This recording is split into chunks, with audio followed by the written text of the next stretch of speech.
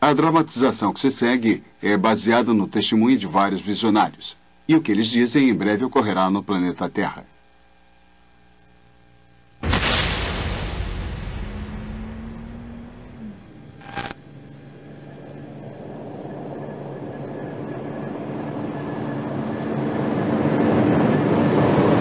Nos últimos anos, o mundo tem presenciado surpreendentes visões nos céus, embora nada se compare com a beleza do céu dessa noite.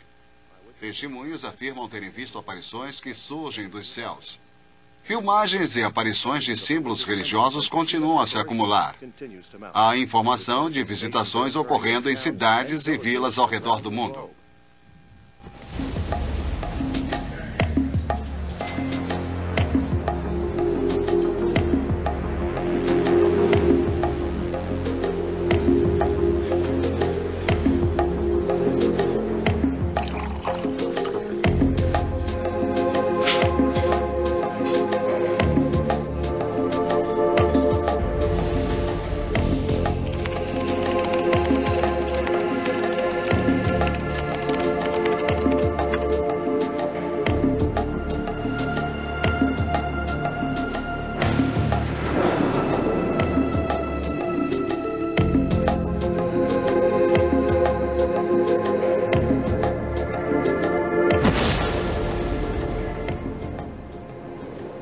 Tanto os videntes quanto os visionários que predisseram a ocorrência desses eventos aparecem para fornecer respostas.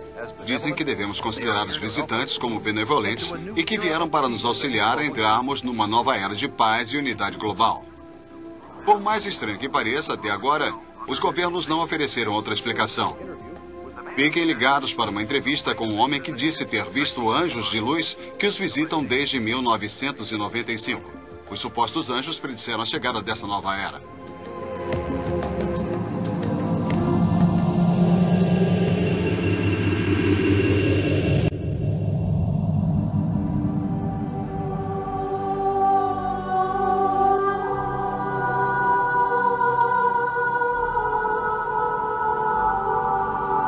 Numa distribuição Comev.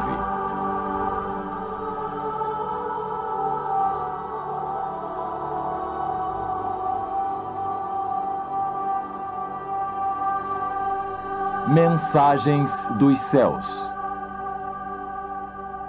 Versão brasileira Dublamix, Rio. Mas ponde tudo à prova, retende o que é bom. 1 Tessalonicenses 5:21.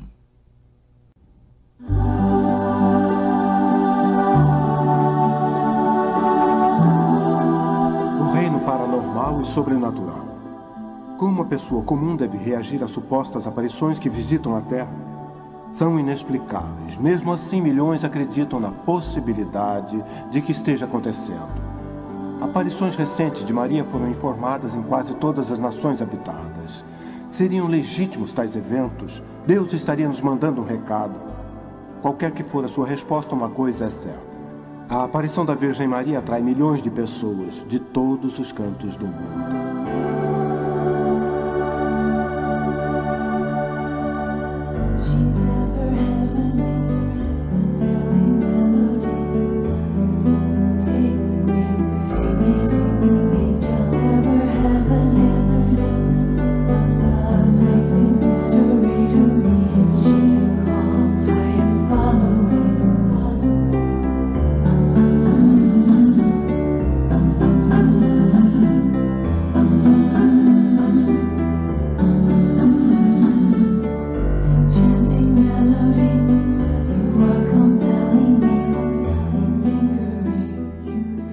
Por todo o mundo, informações de eventos sobrenaturais estão atraindo milhões de pessoas a locais de aparição da Virgem Maria.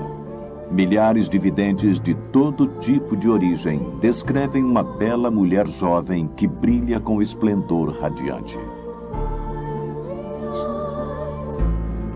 cabelo dela está se erguendo, ela é linda e bem grande. E ela subiu? Ela subiu, ela era bem grande, está ali de pé.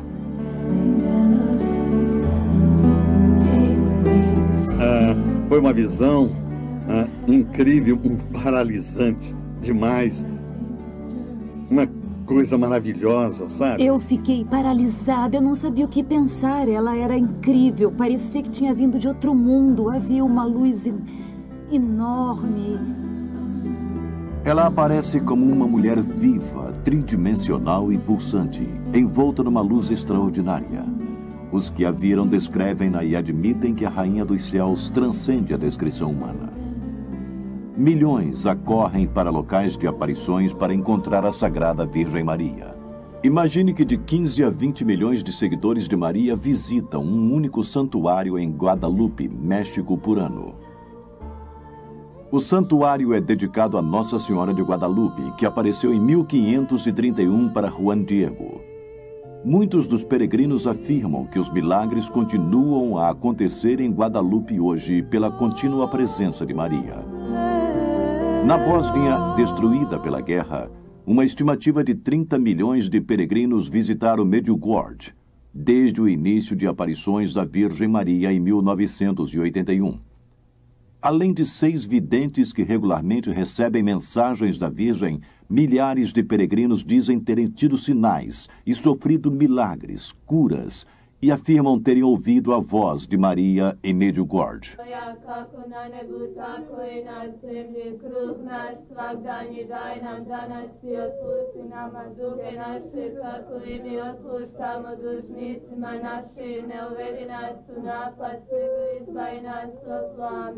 Slava Otcu i Sinu i Duhu Svetom, kako bijaše na početku, tako i sada i vata vijeke vjekova. Amen.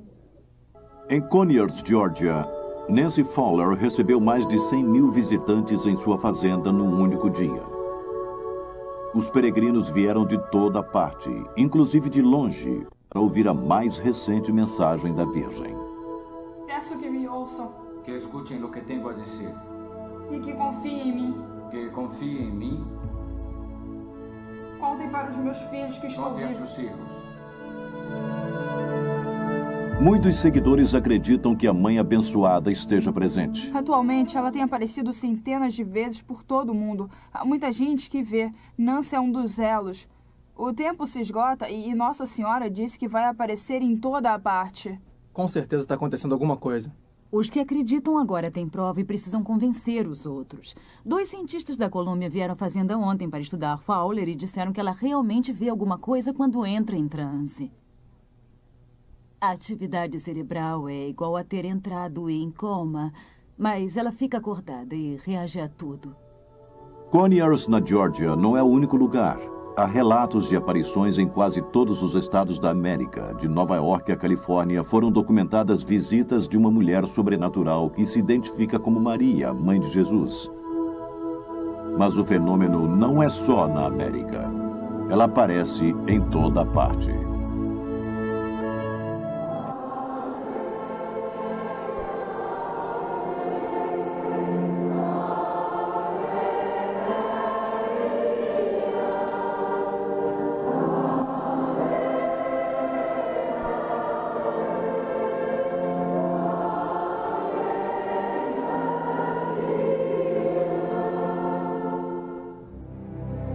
Em 1997, a revista Newsweek fez uma matéria de capa com a popularidade crescente de Maria. O artigo diz: de muitas maneiras, o século XX pertenceu a Maria. De quase todos os continentes, videntes informaram mais de 400 aparições da Virgem, mais do que em 3 séculos reunidos. E somadas, essas visões apontam para que o movimento mariano acredite ser a era milenar de Maria. Em Lourdes, na França, a aparição de Maria, que se intitula Imaculada Conceição, atrai 5,5 milhões de peregrinos ao santuário todos os anos. Eles vêm para beber da fonte milagrosa e adorar Maria. Relatos de curas foram documentados. A devoção à Virgem Maria em Lourdes e em todo o mundo é surpreendente. O Santuário Mariano na Polônia, de Nossa Senhora de Jasna Góra, atrai uma estimativa de 5 milhões de peregrinos por ano. Conhecida como a Madonna Negra da Polônia, ela é considerada a rainha da Polônia pelo Papa João Paulo e pelos fiéis.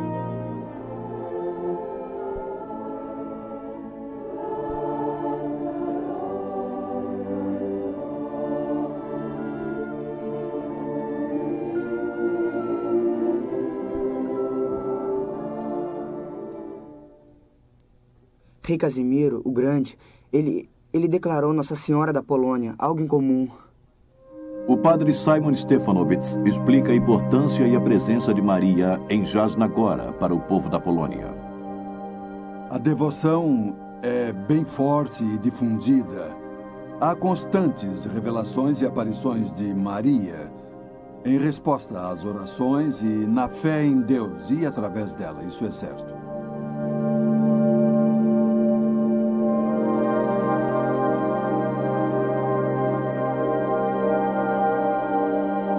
Certamente o movimento mariano possui âmbito internacional.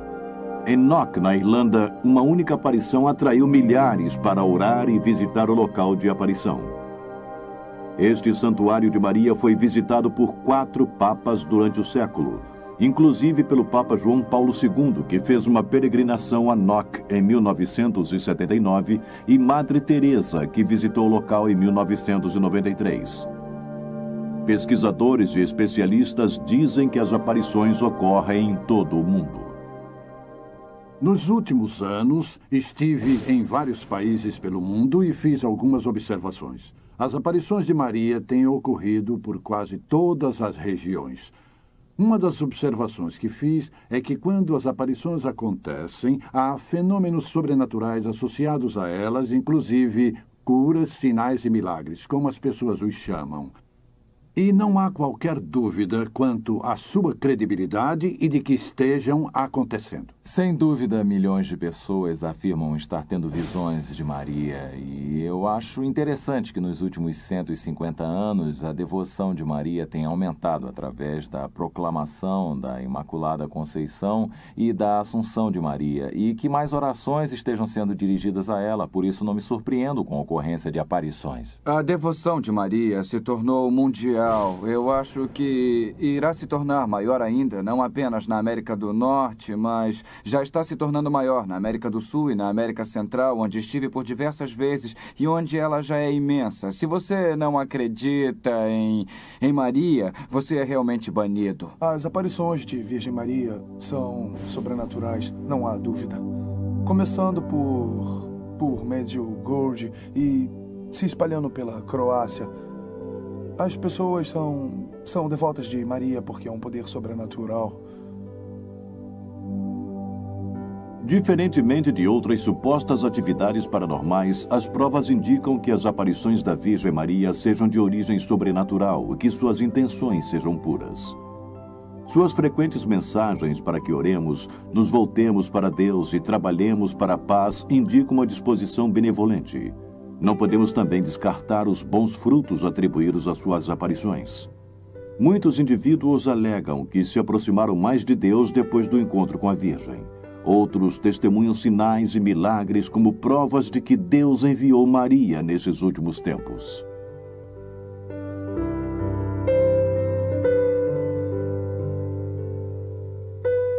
É muito maior do que realmente é por causa dos milagres que acontecem aqui. Há muletas deixadas até no canto e pessoas que são curadas aqui.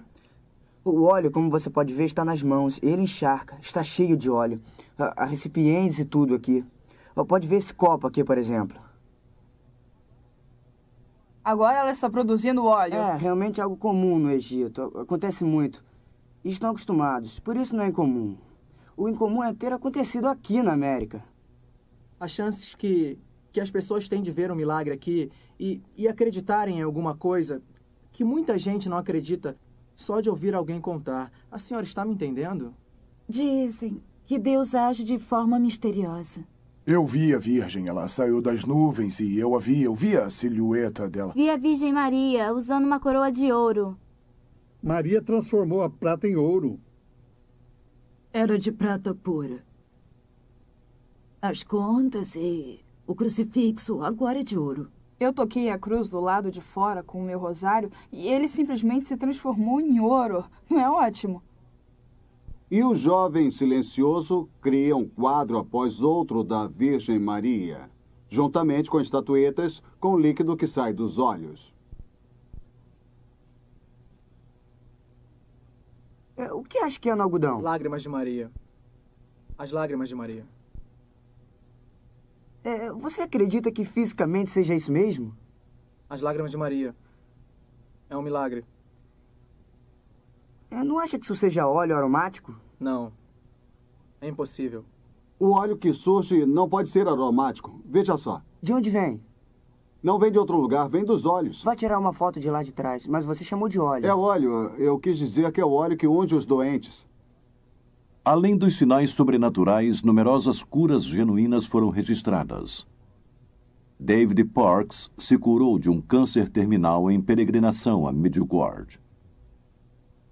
Eu fui a Medjugorje espiritualmente falido, com apenas algumas semanas de vida. Eu padeci de uma doença grave durante 12 anos e sofri 10 cirurgias. Ao sair da última delas, me disseram que teria apenas semanas de vida. Aí eu fui encontrar nossa Sagrada Mãe e fui até o local e ela apareceu e recebi cura física e, o mais importante, a cura espiritual. Toda a minha vida se transformou pelas mensagens de Nossa Senhora. Ela pede apenas que rezemos, rezemos, rezemos, rezemos. Todos os sinais apontam para uma atividade monumental no reino sobrenatural. A Bíblia antecipou esses eventos de final dos tempos? Que papel as aparições de Maria teriam nos dias que se seguem? Maria irá criar a paz e a unidade mundial. Ela é a chave para isso. Ela disse que o coração imaculado dela irá triunfar. E acho que será muito em breve. Ela disse que no final, seu coração imaculado irá triunfar e que haverá um tempo de paz. Então, se obedecermos os pedidos de Nossa Senhora e de rezarmos o rosário, todos os dias, para o mundo se consagrar a seu coração imaculado, e para que todos façamos as devoções nos primeiros 5 sábados. No final, Nossa Senhora disse que seu imaculado coração irá triunfar e que haverá um tempo de muita paz e de muita bondade no mundo. A aparição de Santa Maria está mais frequente atualmente do que era antes. Porque, pelo que vemos através das lentes teológicas, os tempos escatológicos estão se aproximando. O final dos tempos está próximo, o mal está intenso. E, através da história, sempre que houve alguma coisa como essa, Deus entrou em cena, com Maria como comandante, chefiando todas as forças que possui. Está vendo como as pessoas a amam nessa congregação mariana?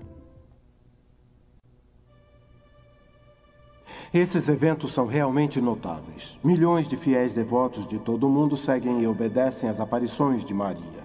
No entanto, a Bíblia nos ensina a testar todos os espíritos, mesmo aqueles que vêm em nome de Cristo. Como cristãos, acreditamos que a Bíblia seja a palavra inspirada de Deus para a humanidade. Vamos nos desviar um pouco e examinar algumas das provas que demonstram que a Bíblia é realmente a palavra de Deus e é a nossa única fonte de discernir a verdade espiritual.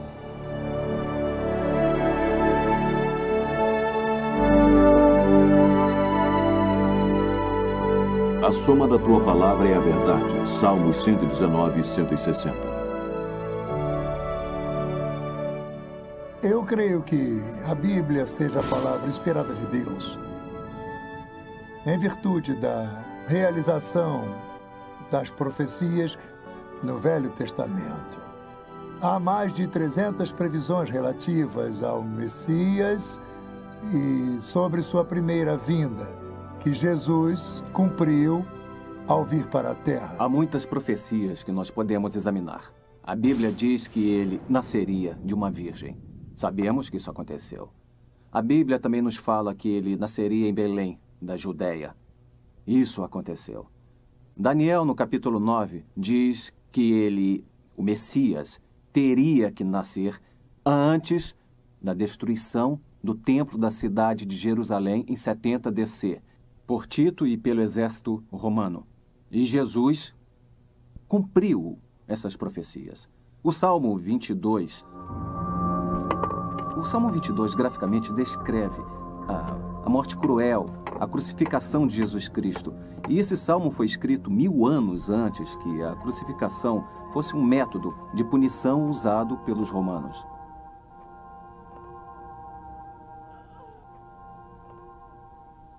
O Velho Testamento está repleto de profecias que antecipam a vinda do Messias.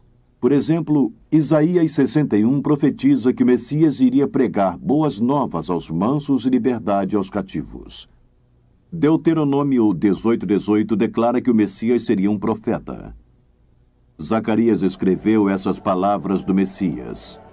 Alegra-te muito, ó filha de Sião. Exulta, ó filha de Jerusalém. Eis que vem a ti o teu rei. Ele é justo e traz a salvação. Ele é humilde e vem montado sobre um jumento. E o profeta Isaías escreveu sobre o Messias. Ele foi ferido por causa das nossas transgressões e esmagado por causa das nossas iniquidades. O castigo que nos traz a paz estava sobre ele, e pelas suas pisaduras fomos sarados. Todos nós andávamos desgarrados como ovelhas, cada um se desviava pelo seu caminho, mas o Senhor fez cair sobre ele a iniquidade de todos nós. Além disso, o Espírito Santo previu a crucificação 1000 anos antes de ter sido criada. Transpassaram-me as mãos e os pés. E Jesus falou por Zacarias: mas sobre a casa de Davi e sobre os habitantes de Jerusalém derramarei o Espírito de graça e de súplicas, e olharão para aquele a quem transpassaram.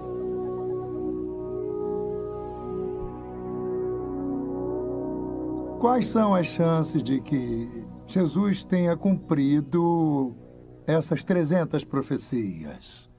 Uma das predições é que ele nasceria em Belém. Quais as chances de que um indivíduo nasça realmente em Belém? Bem, tomemos a população média da Terra da época da profecia de Miqueias e compare com a população média de Belém. E verá que 1 em 280 mil pessoas nascem em Belém. No momento em que se fala que Belém será seu local de nascimento, elimina-se a grande maioria de pessoas de ser o Messias. Foi dito que ele seria traído por um amigo por 30 peças de prata e que a prata seria jogada no templo da casa do Senhor e que seria usada para comprar um terreno. Jesus cumpriu mais de 300 profecias do Velho Testamento. Eu tenho um simples diploma de graduado em matemática, entendo um pouco de probabilidade e isso não poderia acontecer por acaso. Além do mais, há coisas que também não se pode manipular. Por exemplo, foi profetizado que ele nasceria em Belém. Como é que uma pessoa pode conseguir nascer em Belém? Foi profetizado que ele iria ressuscitar. Como fazer isso se não for realmente Deus? Foi profetizado em Daniel 9, o dia exato em que ele entraria em Jerusalém num jumento. Como alguém conseguiria nascer no momento certo em termos históricos? Como poderia manipular uma multidão de pessoas que se amontoavam no Monte das Oliveiras, próximo a Jerusalém, saudando-o como o Messias? Como poderia fazer isso? Cada detalhe de sua traição, o preço da transação, onde aconteceu, quem finalmente fica com dinheiro e onde vai parar, detalhes que são incríveis, foram antecipados. E ninguém pode questionar o fato porque o Velho Testamento foi traduzido para o grego 3 séculos antes de Cristo ter nascido. A chamada versão dos 70, com 4 cópias ainda existentes. De forma surpreendente, Jesus cumpriu todas as profecias messiânicas com exatidão, embora elas tivessem sido escritas anos antes de seu nascimento. A probabilidade de cumprir apenas 8 dessas profecias foi calculada como uma chance em 10, até a 28ª potência. Certamente Jesus é o Messias, o Filho de Deus, o Salvador do mundo.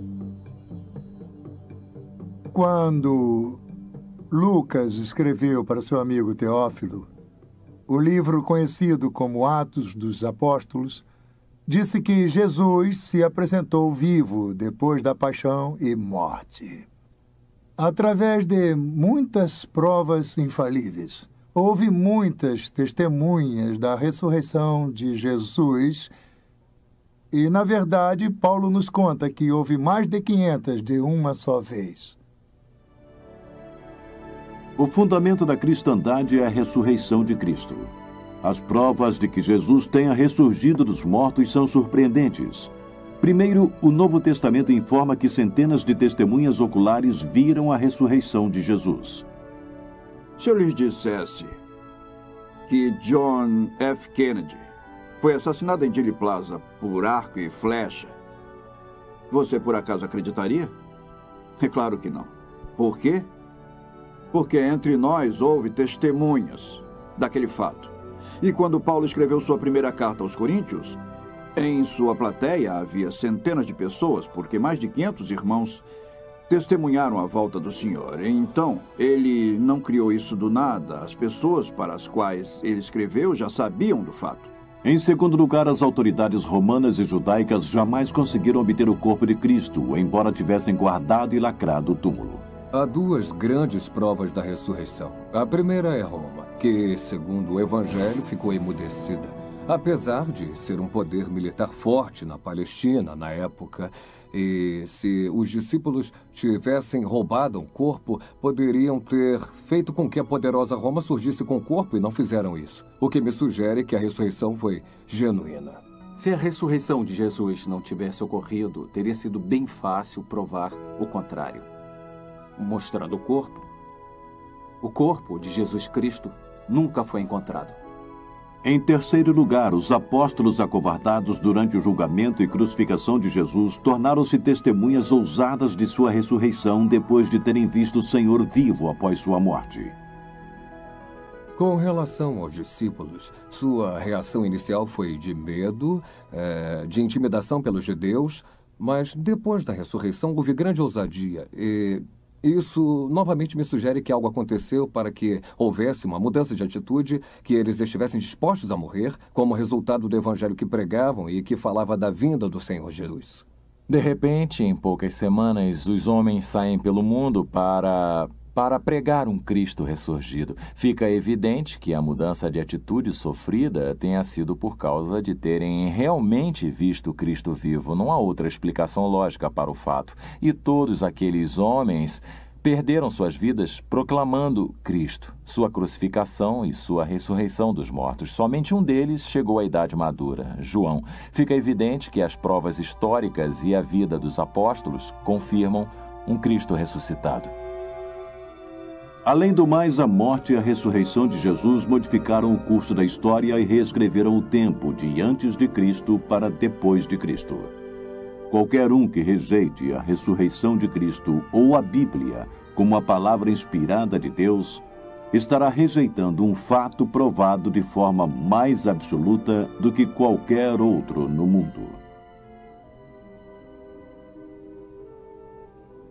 Alguém disse que a Bíblia é como uma bigorna, que o martelo dos homens batem nela há séculos e se desgastaram há muito tempo. Mas a bigorna continua intacta.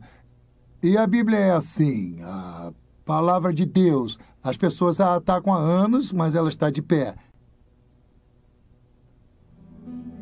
Verdadeiramente a Bíblia é a palavra de Deus para a humanidade.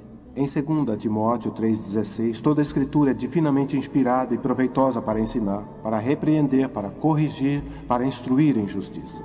Em João capítulo 1 está escrito que Jesus, Ele mesmo, é a palavra de Deus. E o Salmo 138 afirma que Deus engrandeceu, acima de tudo, o seu nome e a sua palavra. E será com a palavra de Deus que iremos testar essas mensagens dos céus.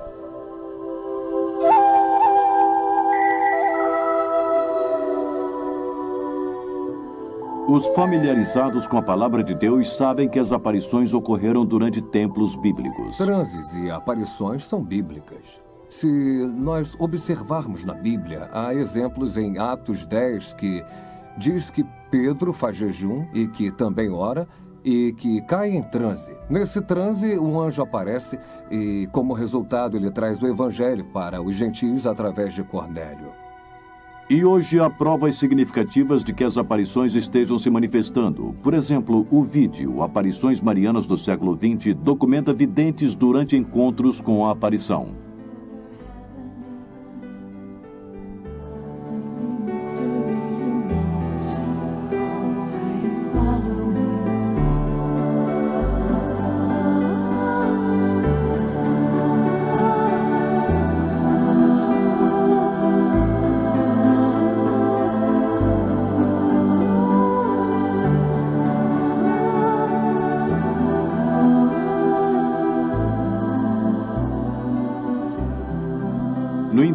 a Bíblia registra que nem todas as aparições originam de Deus. A única forma de testar as experiências relacionadas à Bíblia é fazer isso de forma bíblica. Porque se abraçarmos experiências fora da Bíblia, não há dúvida de que seremos enganados. Não é surpresa para seguidores que a aparição de Maria proclame temas bíblicos. Temos um exemplo da Senhora de Medjugorje. Meus filhos, hoje estou convocando para que orem com o coração. Através desse tempo de graça, quero que cada um de vocês se una a Jesus. Porém, sem uma oração incessante, não poderão sentir a beleza e a grandiosidade da graça que Deus lhes está lhes oferecendo. Larry Lewis é dentre um crescente número de indivíduos que se converteu porque acredita que as aparições sejam bíblicas. Eu fui ministro protestante durante mais de 30 anos em diferentes áreas de ministério e estava feliz, contente, emocionado com isso. E eu era pastor da Igreja Metodista Unida e numa de minhas pregações fomos cegados pela Mãe abençoada. Ela surgiu do nada e revirou nossa vida. Por exemplo, em Medjugorje, tudo que a Virgem diz está nas Escrituras. Ela afirma o que sabemos ser verdade e, ao fazer isso, nos estimula na medida em que, em momentos de nossas vidas, quando as coisas podem estar difíceis, possamos voltar nossos olhos para Jesus e segui-lo. Stephen Behan, um orador conhecido de conferências marianas, esteve presente em Assembleias de Deus antes de se tornar um religioso. Procuramos certos sinais positivos, conversões, como mudanças de vida. E eu acho que em Medjugorje, quando os bispos perguntaram ao Santo Padre durante a sua visita, ele mencionou conversões por toda parte em Medjugorje. E isso é bom. Ele disse que reza por Medjugorje. Então, nós resolvemos examinar o conteúdo. E, por incrível que pareça, tem a mesma estrutura básica que o Evangelho. Arrependimento, jejum, oração pela renovação da igreja, a volta aos sacramentos. Todas essas coisas autenticam o fato de que estejamos lidando com algo real.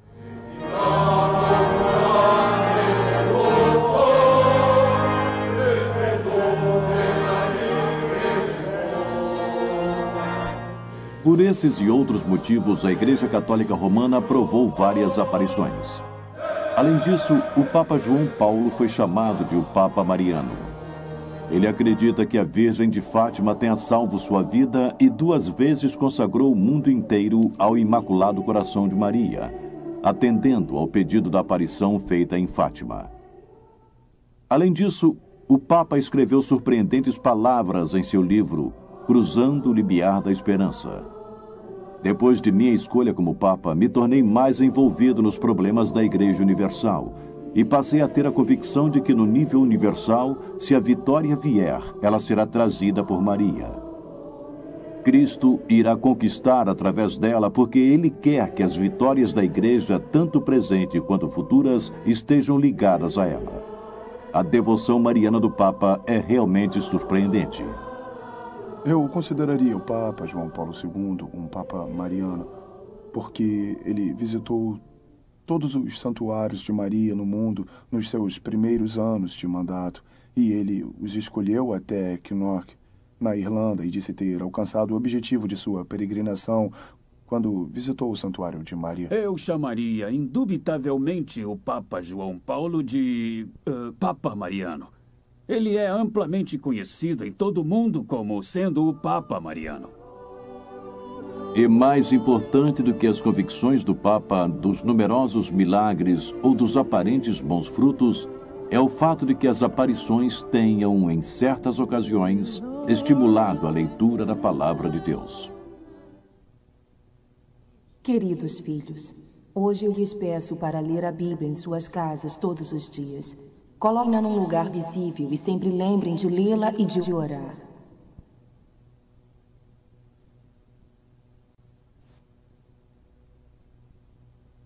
As mensagens das aparições possuem muitas verdades da Escritura. Mensagens para orar, ler a Bíblia e confiar em Jesus são bíblicas.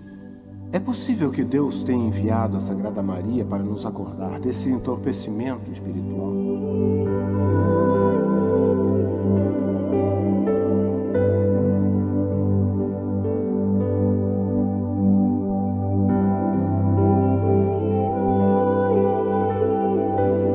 Há outras marcas em torno do prédio, mas não formam um padrão como o dela. Eu acho que é uma verdade. É um milagre.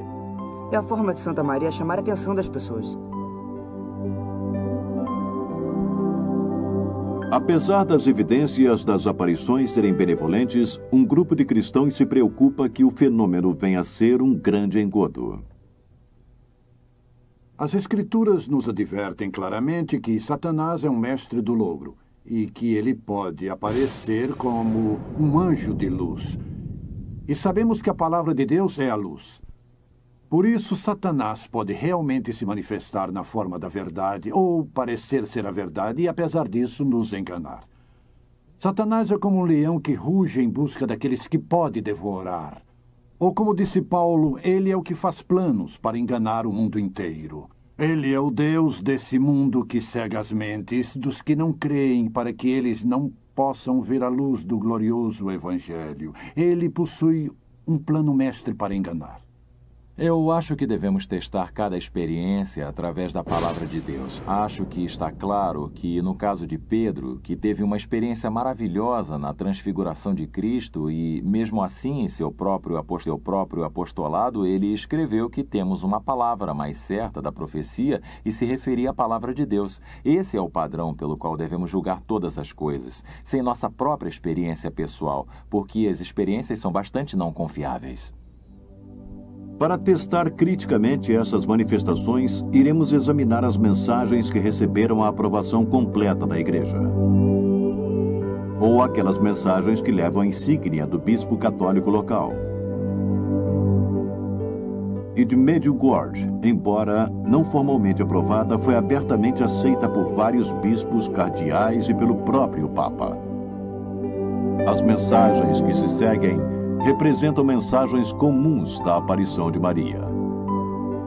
Queridos filhos, hoje eu os convido a se perguntarem por que estou há tanto tempo com vocês. Eu sou a mediadora entre vocês e Deus.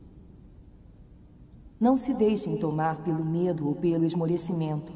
Tenham grande confiança na força da intercessão e na mediação de sua Mãe Celestial.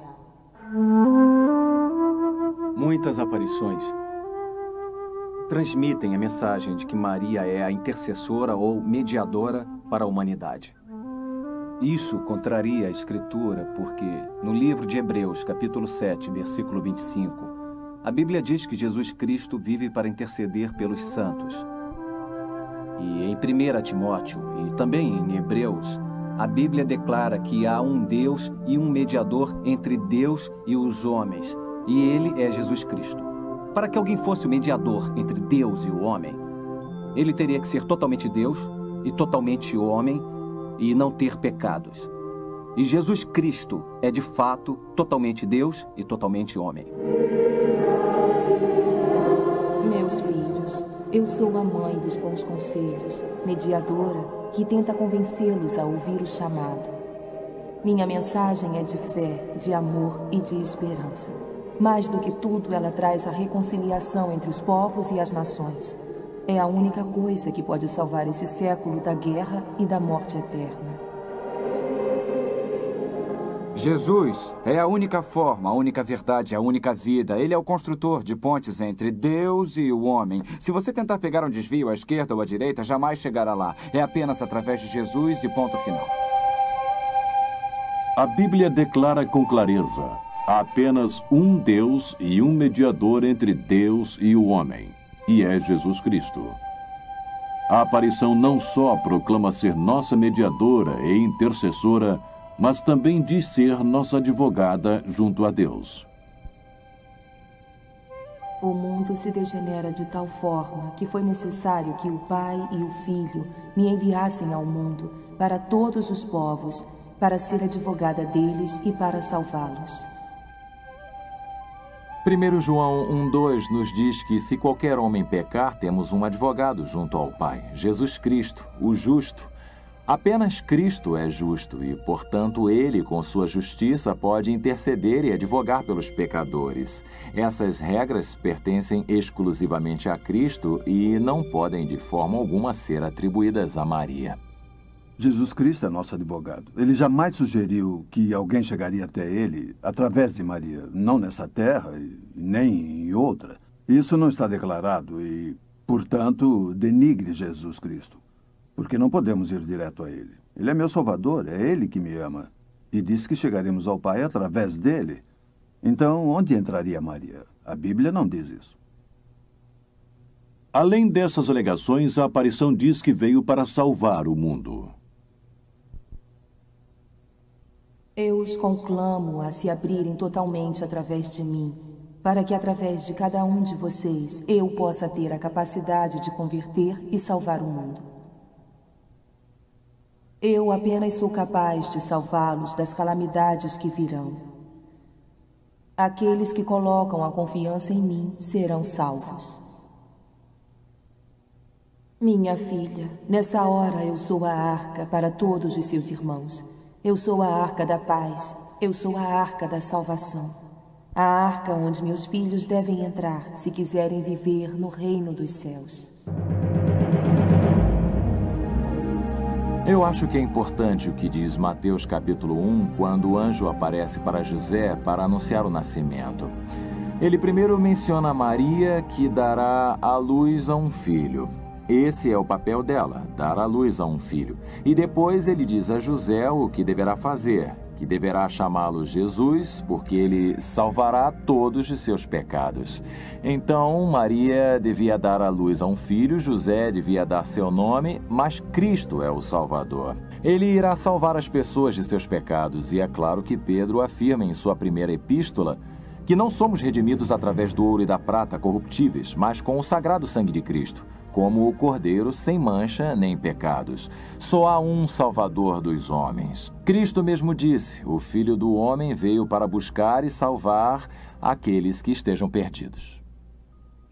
Maria reconhece que é pecadora e que precisa de um Salvador. E isso nós podemos ver pela Escritura, que ela pede que Jesus se torne o seu próprio Salvador. Em Lucas capítulo 1, versículos 46 e 47, Maria diz: minha alma engrandece ao Senhor e meu espírito se alegra em Deus, meu Salvador. Que bela declaração de Maria. Veja a simples e humilde Maria.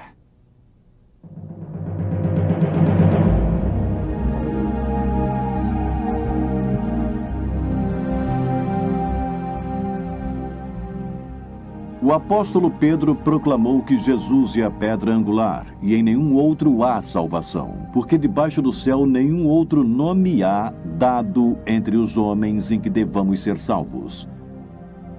E na Bíblia Deus proclama em Oséias 13:4: não conhecerás outro Deus além de mim, porque não há Salvador senão eu.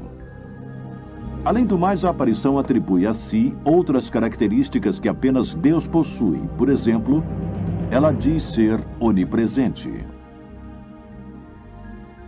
Jamais estarão sós.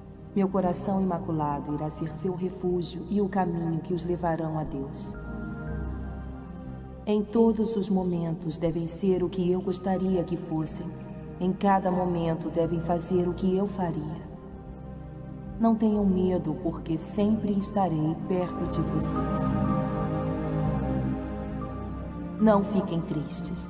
Eu estou com todos vocês, mesmo que não me vejam. Eu sou a mãe de todos os pecadores. Uma coisa impressionante sobre as aparições é que ela declara estar no mesmo lugar, na mesma hora, por todo o mundo. Isso é declarar ter atributos de divindade. Somente Deus tem o atributo da onisciência, da onipresença e da onipotência. Estão atribuindo qualidades de Deus a Maria, que foi uma humilde serva do Senhor, obediente a Ele, um exemplo maravilhoso para os fiéis, mas certamente não é a Maria onipresente, onisciente e onipotente do catolicismo romano. É claro que Jesus Todo-Poderoso prometeu a seus seguidores: "E eis que eu estou convosco todos os dias até a consumação dos séculos." A aparição se proclama como a corredentora. Eu estou aqui como corredentora e advogada. Tudo deve estar concentrado nisso. Repitam comigo. O novo dogma será o dogma da corredentora. Até que eu seja reconhecida onde a Santíssima Trindade deseja que eu seja, eu não pararei de exercer completamente o meu poder. No trabalho maternal de corredenção e de mediação universal de graças. A ideia de que Maria seja a corredentora de Jesus Cristo é contrária ao entendimento bíblico. Uma coisa é ser um pouco heterodoxo, um pouco periférico, mas outra coisa é ir diretamente em oposição à verdade central da Bíblia. Não estamos falando de detalhes. Muitas denominações possuem exagero de ponto de vista sobre questões periféricas. Estamos falando em contrariar o tema central do Evangelho. E quando digo Evangelho, eu falo sobre o tema que Deus expôs em Gênesis capítulo 3 até o final. E é por isso que tais afirmações, alegações, são antibíblicas. Não apenas não bíblicas, são antibíblicas e, portanto, perigosas.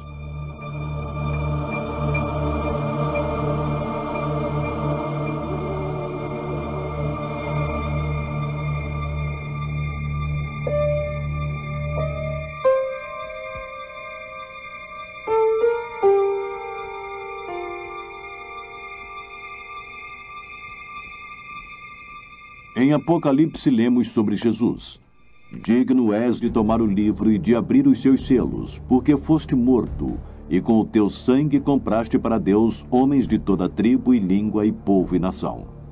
E através da Bíblia, Deus reitera que apenas Ele seja o Redentor.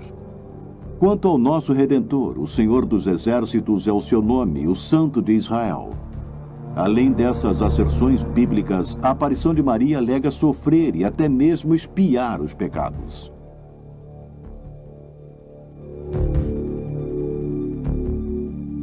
Eu amo vocês mesmo quando estão longe de mim e de meu filho. Eu peço para que não permitam que meu coração derrame lágrimas de sangue pelas almas que estão se perdendo através dos pecados. Por longo tempo venho sofrendo por vocês. Para que meu filho não os abandone, eu sou forçada a orar para ele sem parar. Por mais que façam, jamais poderão reparar a dor que senti por vocês. Eu corajosamente afirmo que o sofrimento dele se tornou o meu sofrimento, porque o coração dele era meu. E como Adão e Eva trocaram o mundo por uma maçã, de certa forma, meu filho e eu redimimos o mundo com um coração. Em muitas aparições que as pessoas têm de Maria hoje em dia, ela declara sofrer e expiar com Jesus. Isso não é bíblico porque a Bíblia declara que Cristo sofreu por nossos pecados. Na verdade, quando ele morreu, ele disse que tudo estava terminado, que tinha pagado por nossos pecados e por nosso sofrimento na cruz. Pedro escreve: "Porque também Cristo morreu uma só vez pelos pecados, o justo pelos injustos, para levar-nos a Deus, sendo na verdade morto na carne, mas vivificado no Espírito." E o livro de Hebreus também declara: "Mas Jesus, havendo oferecido um único sacrifício pelos pecados, assentou-se para sempre à direita de Deus. Pois com uma só oferta tem aperfeiçoado para sempre os que estão sendo santificados. Ora, onde há remissão destes, não há mais oferta pelo pecado." Eu frequentemente ouvi prelados e pessoas ligadas à Igreja Católica ensinarem que Maria sofria pelos pecados, dizendo que eles não entendem o que significa sofrer pelos pecados. Sofrer pelos pecados significa sofrer de forma vicária, como substituto, e significa aceitar a punição infligida por Deus. A palavra de Deus deixa isso claro em Isaías 53. Mas ele foi ferido por causa das nossas transgressões e esmagado por causa das nossas iniquidades. O castigo que nos traz a paz estava sobre ele, e isso profeticamente se refere a Cristo. O último versículo de Romanos 4 diz que Cristo foi entregue por causa das nossas transgressões. Pedro diz que Jesus é o Cristo e que, portanto, suportou nossos pecados. E sofrer pelos pecados envolve a morte, porque o preço dele é a morte. Portanto, Maria não sofreu absolutamente por nós. Essa comparação poderia prosseguir indefinidamente, como a aparição atribui a Maria praticamente cada atributo encontrado apenas em Cristo. Por exemplo, a Bíblia diz que todos pecaram, com exceção de Jesus. E a aparição declara não ter pecados. Jesus é o novo Adão, a aparição declara ser a nova Eva. Jesus ascendeu fisicamente, embora a aparição diga que Maria foi fisicamente assumida. Jesus sozinho destruiu as obras de Satanás, e a aparição diz que Maria irá esmagar a serpente. A Bíblia diz que Jesus é a estrela da manhã, enquanto a aparição se refere a Maria como a estrela da manhã. Apesar das declarações da aparição, Deus zela por sua glória. Eu sou o Senhor, este é o meu nome. A minha glória, pois, a outrem não a darei, nem o meu louvor às imagens esculpidas.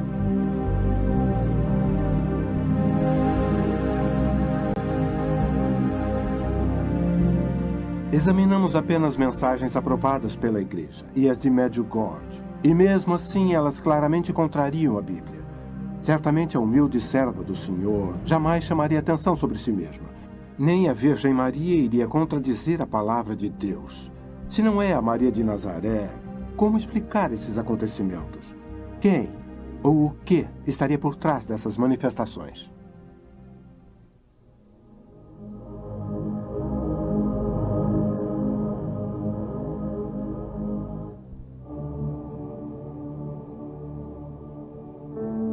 Esta aqui tem a mãe abençoada. Como podem ver, é a mãe abençoada.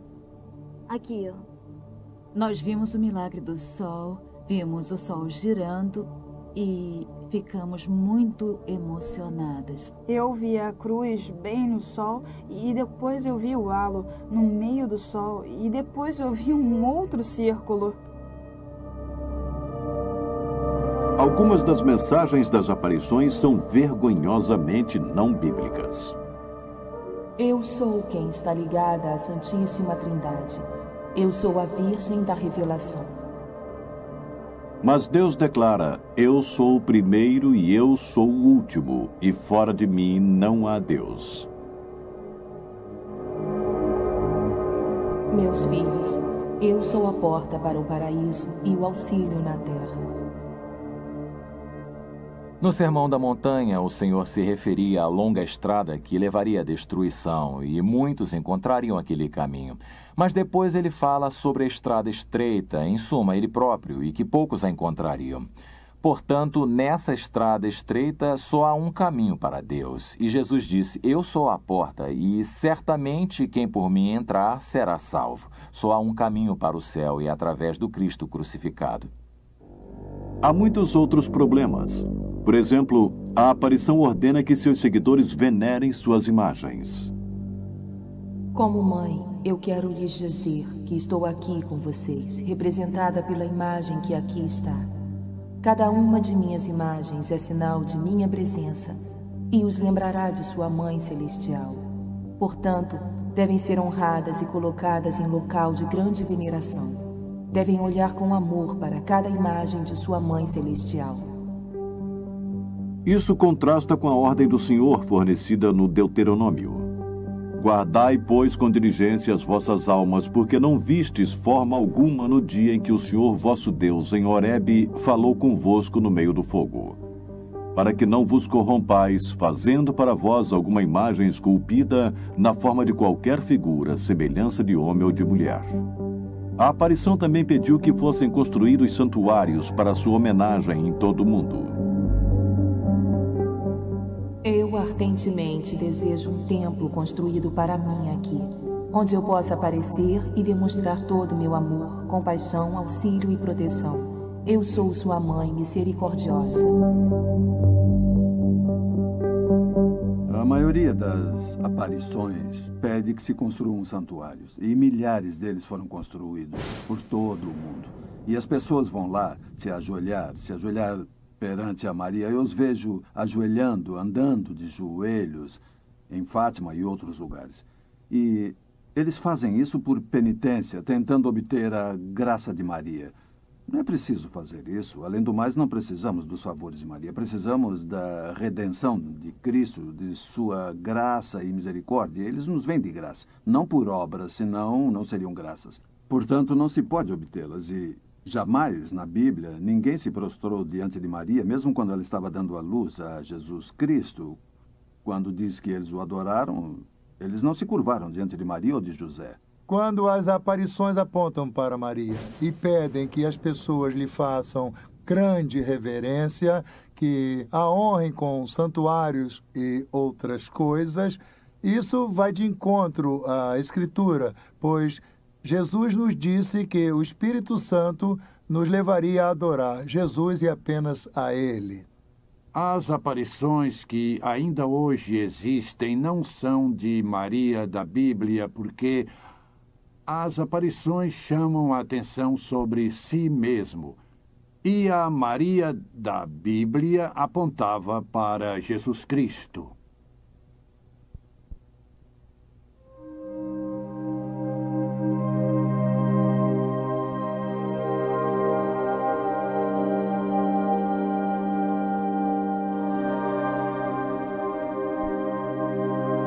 Se as aparições não são de Maria, quem então estaria aparecendo?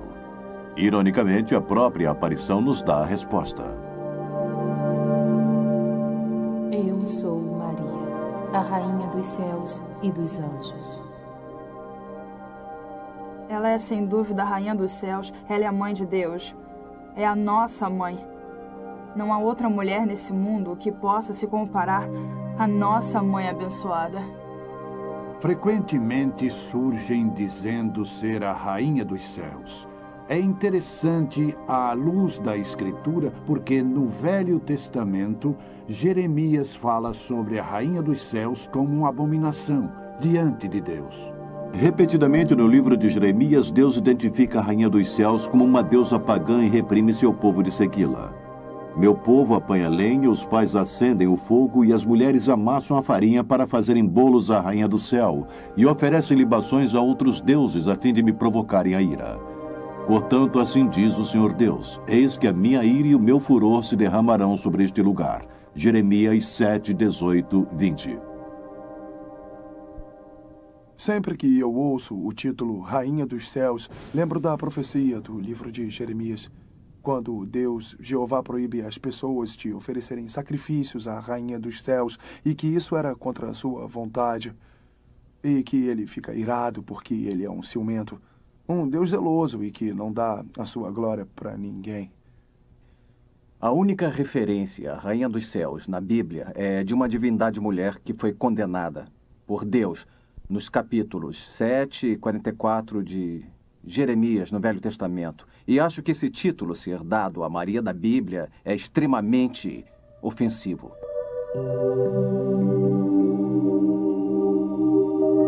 Além do mais, a Rainha dos Céus frequentemente aparece com um bebê, presumivelmente Jesus.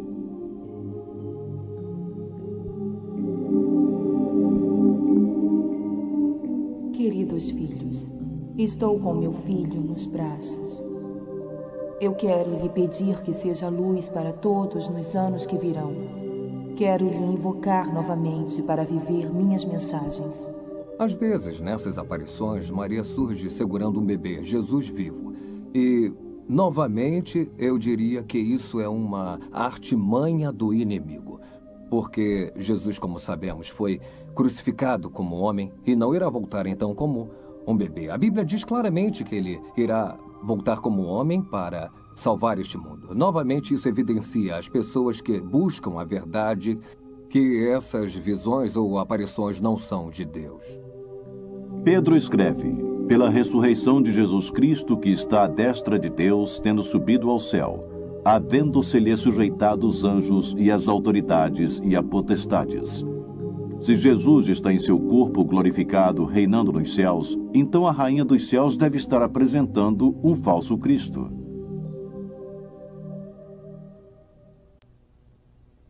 A rainha dos céus existe há milênios, seduzindo e enganando o povo de Deus. É possível que ela seja a entidade que personifica Maria. A Bíblia indica que ela estaria ativa durante os últimos dias. As Escrituras nos falam de uma mulher perversa, uma senhora e rainha que irá enganar as nações?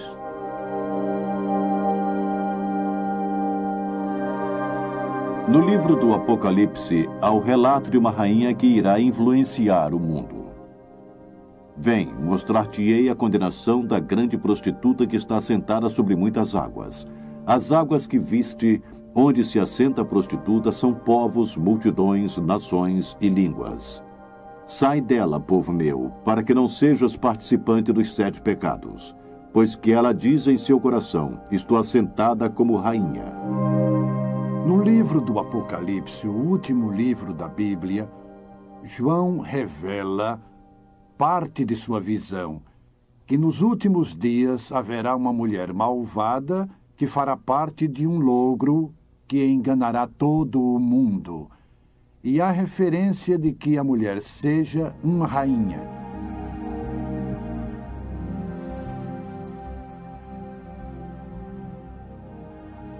A Senhora das Nações, que é a noiva do Senhor, a rainha do Rei, que recebeu esse título do Senhor, novamente salvou o mundo por sua intercessão. Mais uma vez, ela o salvou. Jesus Cristo irá glorificá-la como rainha. E ela estará aqui, será reconhecida como rainha de tudo o que Deus fez, a rainha do universo, a rainha de toda a humanidade, a rainha de tudo o que Deus criou. Ela será a rainha, será uma rainha glorificada, e não haverá dúvida de quem ela é ou será. Ela será a mãe zelosa de Jesus Cristo, que tem todo o poder. Além disso, em Isaías capítulo 47, há previsão sobre a rainha dos reinos. Desce e assenta-te no pó, ó virgem filha de Babilônia.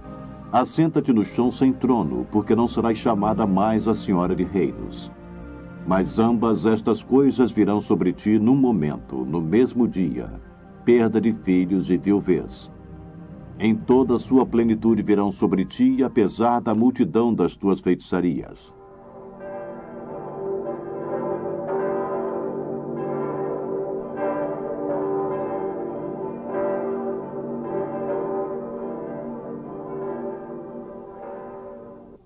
É perturbador descobrir que uma aparição se intitule a Senhora de Todas as Nações. No Dia Internacional de Oração para a Mãe e Rainha de Todas as Nações, em 1997, em Amsterdã, milhares de pessoas se reuniram para homenagear e difundir as mensagens de Nossa Senhora de Todas as Nações. Eu, com o meu bispo auxiliar, Senhor Pant, aprovo o título de Senhora de Todas as Nações e permito sua veneração pública.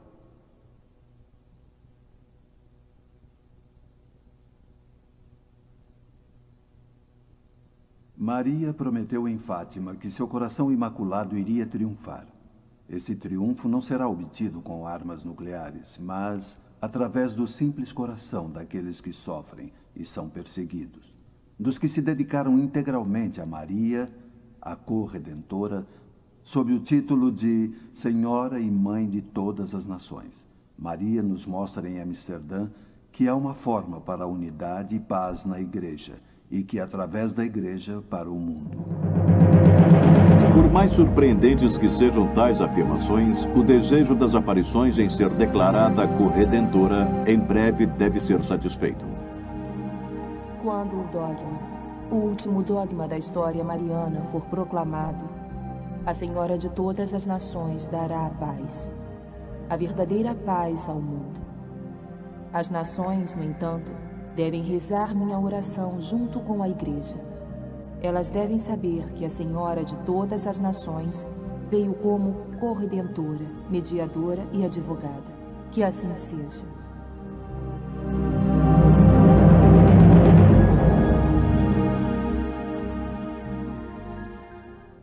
Eu estou convencido de que, através da Senhora e Mãe de todas as nações, seremos levados ao mais profundo dos mistérios, a tarefa de corredenção de Maria. Ela é verdadeiramente a corredentora. Há uma aparição hoje em Amsterdã que diz que não é mais Maria, mas a Senhora de todas as nações. E essa aparição que declara ser a corredentora e que, se for declarada a corredentora pelo Papa, ela trará uma era de paz. Também é interessante ver que a maioria das aparições enfatiza a importância da paz e da unidade. Por exemplo, a aparição que se identifica como Mãe da Eucaristia declarou: Falem sobre a Mãe da Eucaristia, porque a Mãe da Eucaristia encerra a história. Todas as mensagens vêm de Deus e em todos os locais em que apareço, falo sobre as mesmas coisas. Porque através do triunfo da Eucaristia, a Mãe quer que todas as igrejas se unam para que haja apenas uma igreja para todos os povos. Santa Maria, Mater Dei, ora pro nobis pecadores, nunc et in hora mortis nostre. Amém.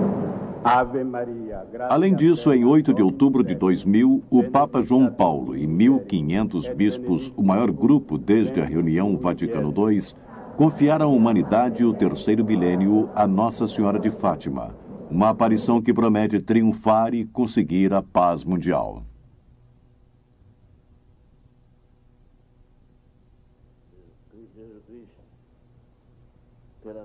Senhor Deus, o Senhor nos deu a Mãe das Rainhas como rainha. Através da intercessão dela, nos conceda a graça de viver eternamente com ela e com seu Filho. E o objetivo dela é trazer o corpo de Cristo para a comunhão, para que aqueles que estiveram separados, quer sejam ortodoxos, protestantes ou católicos, de qualquer grupo que se fale, que estiveram afastados um dos outros todos esses anos, possam se aproximar e que possam ser o corpo de Cristo unificado, conforme João 17 disse que seríamos. Bom, para mim, o movimento mariano, ele foi além da Igreja Católica. Está evidente que uma frente comum está sendo apresentada por essas aparições em todo o mundo. Não importa onde aconteçam. Há uma mensagem comum que é a paz mundial, a unidade global pela paz, e nenhuma aparição negou qualquer outra. Eu acho que o mundo está faminto por paz e claramente não haverá paz até que o príncipe da paz chegue. Haverá uma falsa paz. A Bíblia fornece muitos detalhes de eventos mundiais. O horizonte geopolítico está delineado num período de tempo que chamamos de final dos tempos. As mensagens de paz também são profeticamente relevantes, mas a Bíblia nos diz que, quando estiverem dizendo paz e segurança, então lhes sobrevirá repentina destruição. Essa questão da paz e unidade mundial é interessante, porque o mundo também está se dirigindo para o chamado ecumenismo. Tudo isso parece bom à primeira vista, que todos iremos nos dar bem, até que nos damos conta de que envolve a negação da verdade. A Bíblia nos avisa de uma falsa paz que irá enganar as nações. Além do mais, Jesus e os autores do Novo Testamento avisam que o logro irá aumentar nos últimos dias. Por exemplo, Paulo escreve: mas os homens maus e impostores irão de mal a pior, enganando e sendo enganados. Além disso, a Bíblia nos avisa sobre esse iníquo, cuja vinda é segundo a eficácia de Satanás, com todo o poder e sinais e prodígios de mentira, e com todo o engano da injustiça para os que perecem, porque não receberam o amor da verdade para serem salvos. Através do Novo Testamento, vemos diferentes escritores e o próprio Jesus nos avisando sobre o logro dos últimos dias. Jesus disse que muitos por muitos serão enganados em seu nome. Paulo falou sobre o logro referente ao apóstata que tomaria lugar e que muitos seriam enganados. Acreditando na mentira, Pedro escreve sobre o engano, dizendo que devemos ter cuidado com o logro que virá. E acreditem, ele parece estar acontecendo em toda parte. Em Mateus 24, ele diz, verso 34, Jesus falando... Porque hão de surgir falsos cristos e falsos profetas, e farão grandes sinais e prodígios, de modo que, se possível fora, enganariam até os escolhidos. E Jesus, no capítulo 24, fala aos discípulos e nos fala também, dizendo que nos últimos dias haverá um grande logro. Não haverá somente adoradores de Maria, haverá outros adoradores que virão em nome de Cristo, dizendo que tem a solução. Jesus prediz que antes do seu retorno, os falsos profetas irão surgir e, se possível, irão enganar até os escolhidos. E isso me sugere que esses sinais e milagres serão tão convincentes que, apesar da graça de Deus, até mesmo os genuínos cristãos podem ser logrados e afastados, e somente por confiar em Jesus. Totalmente que encontraremos a liberdade e o afastamento do pecado. E digo que você, que está aí acreditando em sua igreja e em seu trabalho, que nada disso irá salvá-lo. Você precisa crer no Senhor Jesus Cristo, que irá libertá-lo e lhe dará vida eterna hoje. Sempre que uma pessoa diz que confia em Jesus no momento em que diz esse foi longe demais. Apenas a nossa crença em Jesus nos levará à salvação e à vida eterna. Há um hino cantado nas igrejas que diz assim: eu não ouso confiar no quadro mais doce, mas me entrego totalmente ao nome de Jesus. Na rocha sólida de Jesus eu me coloco de pé, todo o resto é areia movediça. A Bíblia é bem clara quanto ao Evangelho de Jesus Cristo. É que ela é a mensagem que nos liberta. A mensagem que Deus nos amou tanto que Ele mesmo veio à Terra e morreu por nós, como sacrifício por nossos pecados. Não podemos fazer isso, mas Ele sim.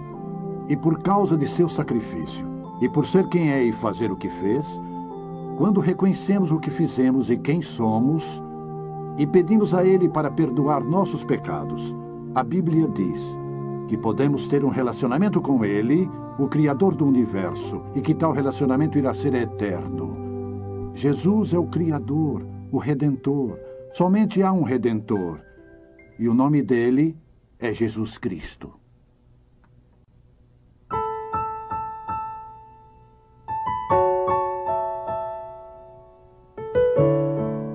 Pode escolher seguir Jesus e a Ele apenas, ou arriscar-se a seguir um espírito enganador. Jesus os ama e oferece a vida eterna de graça para aqueles que o procurem através da fé. No entanto, o Senhor não irá forçar você a segui-lo. A escolha é sua. Nossa oração é para que você teste os fatos com a palavra de Deus e confie no Jesus da Bíblia. O caminho dele é a verdade e o único caminho para a vida eterna. Meu nome é Patrick Powell, e que o Senhor o guie e abençoe através de sua graça.